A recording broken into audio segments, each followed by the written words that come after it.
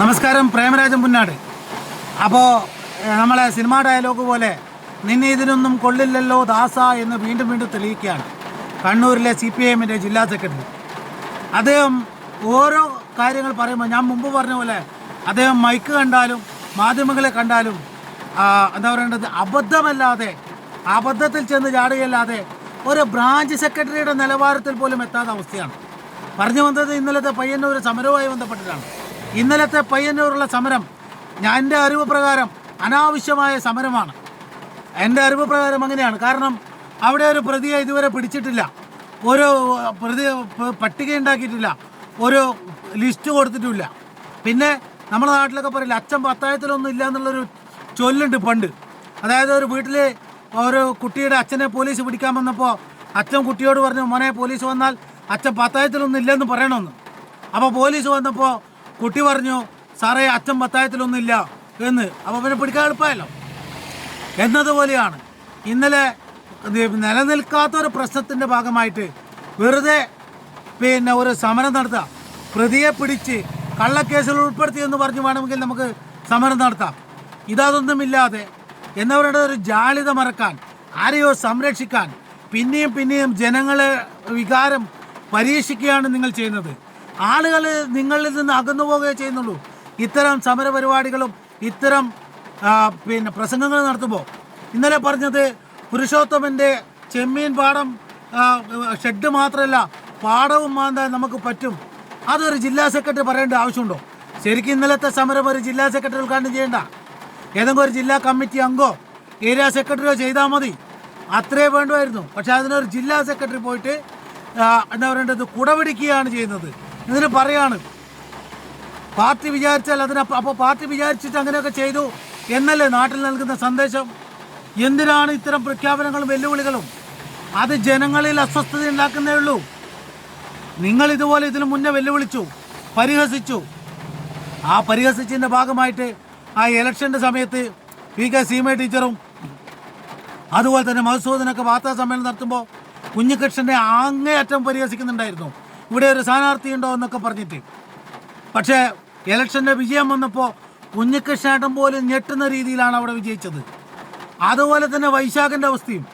ഇതൊക്കെ കണ്ടിട്ട് നിങ്ങൾ പഠിക്കാതെ പിന്നെയും വെല്ലുവിളികളുമായി ഭീഷണിപ്പെടുത്തലുമായി എന്നോട് പറഞ്ഞിട്ടുണ്ട്. പയ്യന്നൂരിനെ സംബന്ധിച്ച് വീഡിയോ ചെയ്താൽ ചില ആളുകൾ പല കമൻറ്റുകളും ഇട്ടിട്ടുണ്ട്. പക്ഷേ എനിക്ക് വന്നതുകൊണ്ട് പറയുന്നതാണ്.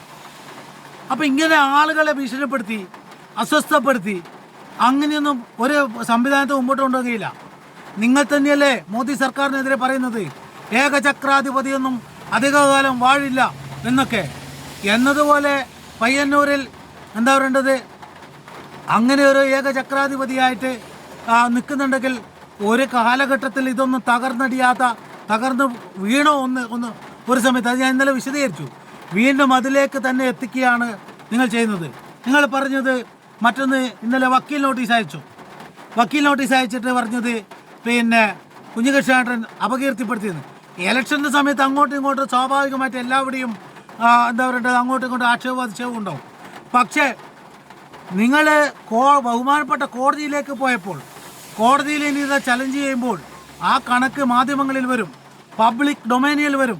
ആളുകൾ അറിയില്ലേ? എന്നാൽ പിന്നെ ഇലക്ഷന് മുന്നേ ഇത് തന്നെയല്ലേ പറഞ്ഞത്, ബഹുജനങ്ങളോടും പൊതുജനങ്ങളോടും കണക്ക് കാണിക്കേണ്ട ആവശ്യമില്ല എന്ന്. ഇനിയിപ്പോൾ ഈ കണക്ക് മുഴുവനും പുറത്തു വരില്ലേ? അത് മാത്രമല്ല, KK രാഗേഷിൻ്റെ പ്രസംഗത്തിൽ ഉൾപ്പെടുത്തി പറഞ്ഞ മറ്റൊരു കാര്യമുണ്ട്.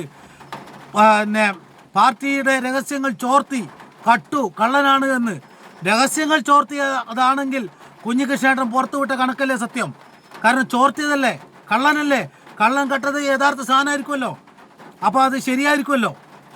ഈ വെറുതെ നമ്മൾ തന്നെ അങ്ങോട്ട് പറഞ്ഞിട്ട് ആളുകളിൽ ഈ വിഷയം നിങ്ങൾ ചർവണം പോലെ വിഷയങ്ങൾ വീണ്ടും അന്തരീക്ഷത്തിൽ ഇങ്ങനെ കൊടുത്തു വിടുകയാണെങ്കിൽ ജനം അസ്വസ്ഥരാകും, ജനങ്ങൾ വെറും പയ്യന്നൂർ മാത്രമൊന്നുമില്ല. ഇന്നലെ ചില ആളുകൾ എന്നോട് കമൻറ്റിൽ പറഞ്ഞത്, പയ്യന്നൂരെ കാര്യം നമുക്കറിയാം, പയ്യന്നൂരെ മനസ്സിലായില്ലേ അത്ര വലിയ കോട്ടയാണെന്നത്. അത് മനസ്സിലായി സഖാവേ. അതുകൊണ്ടാണല്ലോ അത്ര വലിയ കോട്ടയിൽ കുഞ്ഞികൃഷ്ണേട്ടൻ വിജയിച്ചത്. പാർട്ടിയെ തകർക്കാൻ പാർട്ടിക്കാർക്കേ പറ്റുള്ളൂ, പുറത്തുനിന്ന് ആർക്കും വന്നത് പറ്റില്ല. അദ്ദേഹം അങ്ങനെയാണ് പറഞ്ഞത്, പുറത്തുനിന്ന് ആർക്കും വന്ന് പറ്റില്ല എന്ന്. പുറത്തുനിന്നല്ല, അകത്തു നിന്ന ആളുകളാണ് അവിടെ കുഞ്ഞികൃഷ്ണേട്ടനെ ജയിപ്പിച്ചത്. വൈശാഖനെ ജയിപ്പിച്ചത്. വൈശാഖൻ ജയിച്ച സ്ഥലത്ത് 3-ാം സ്ഥാനത്ത്, പാർട്ടി 1-ാം സ്ഥാനത്ത് ഉണ്ടായ സ്ഥലത്ത്. അപ്പം പാർട്ടിയെ തകർക്കാൻ പാർട്ടിക്കേ പറ്റുള്ളൂ. വേറെ ഇപ്പം ഞാൻ വീഡിയോ ചെയ്തുകൊണ്ടോ ഞാൻ പറഞ്ഞുകൊണ്ടൊന്നും പറ്റില്ല. ഇത് ജനങ്ങളിൽ അസ്വസ്ഥത ഉണ്ടാക്കിയാണ്, ജനങ്ങളെ വെറുപ്പ് ഉണ്ടാക്കിയാണ്. ഇന്നലെ ചില ആളുകൾ എന്നെ ഞാനുമായിട്ട് ചില വാട്സപ്പ് ഗ്രൂപ്പിൽ ഞാനുമായിട്ട് സംസാരിച്ചപ്പോൾ പറഞ്ഞത്, ഇവരോട് ഇനി ഇതൊന്നും പറഞ്ഞിട്ട് കാര്യമില്ല, ഇവർ ഇത് ന്യായീകരിച്ച് മുമ്പോട്ട് പോവുകയുള്ളൂ, നമ്മൾ നിർത്തുന്നതാണ് നല്ലതെന്നാ. അങ്ങനെ ആളുകൾ അകന്നു പോവും. അപ്പോൾ പറയും ഒരു പ്രേമരാജൻ പോയതുകൊണ്ട് പ്രശ്നമില്ല, അല്ലെങ്കിൽ ഒരു കുഞ്ഞികൃഷ്ണൻ പോയത് പ്രശ്നമില്ല എന്ന്. അത് പ്രശ്നം തന്നെയാണ്. ഒരു വ്യക്തി ഒരു പ്രസ്ഥാനം തന്നെയാണ്. നമ്മൾ കണ്ടില്ല മൊബൈൽ കമ്പനികൾ ആളുകളൊക്കെ 5 വയസ്സൊക്കെ 10 വയസ്സൊക്കെ ഓഫർ കൊടുക്കുന്നത്. അത് കോടിക്കണക്കിനായ ആളുകളിൽ നിന്ന് വരുമ്പോൾ അത് വലിയൊരു ഭീമമായ തുകയാണ്. എന്നതുപോലെ ഓരോ പ്രദേശത്തുനിന്നും ഓരോ 2 ആളുകൾ പോകുമ്പോൾ 10,000-കണക്കിന് ലക്ഷക്കണക്കിന് ആളുകളാണ് പോവുക. അങ്ങനെ പറയുമ്പം വേണമെങ്കിൽ പറയാം, ഇന്നലെ മാലൂരിൽ നിന്ന് കുറേ ആളുകൾ ഇങ്ങോട്ട് വന്നു എന്നൊക്കെ പറയാം വാദത്തിന്. പക്ഷേ ഈ പരിപാടി ഒരു ജില്ലാ സെക്രട്ടറിക്ക് യോജിച്ചതല്ല. ഈ പരിപാടി പിന്നെയും അന്തരീക്ഷത്തിൽ ഇങ്ങനെ നിലനിർത്തുകയാണെങ്കിൽ അത് ഉണ്ടാക്കാൻ പോകുന്ന ഡാമേജ് ആ രക്തസാക്ഷിക്ക്, അത് മറ്റൊരു വീഡിയോ ഞാൻ ചെയ്യാം, ആ രക്തസാക്ഷിക്ക് ഉണ്ടാക്കുന്ന പ്രയാസം, ആ കുടുംബത്തിനുണ്ടാക്കുന്ന പ്രയാസം എത്രയാണ്. അപ്പോൾ അതുകൊണ്ട് എന്താ പറയേണ്ടത്, ഇന്നലത്തെ ആ വെല്ലുവിളി ഈ നാട്ടിലെ മറ്റു പല വിഷയങ്ങൾ ചർച്ച ചെയ്യേണ്ട സ്ഥാനത്ത് ഈ വിഷയത്തിലേക്ക് ഊന്നേണ്ട അവസ്ഥയിലേക്ക് വരാണ്.